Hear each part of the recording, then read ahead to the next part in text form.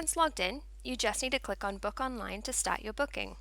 Choose your route that you'll begin from, whether you wish to book one way or return, and whether you'll need to include a vehicle. Select the sailing time you'd like to travel on. Click on Next. While logged in, your personal details will auto-populate the next step.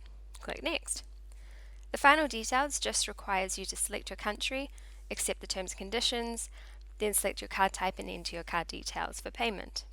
You can also save your card details for future bookings. Finally, click on Submit Booking. You should receive an email confirmation, and when you return to your dashboard, this booking should be shown on your dashboard Upcoming Bookings area. If you've registered as a resident, you will have an additional button that will be displayed on your dashboard to book your Waiheke resident deal. Click on this to begin your booking process.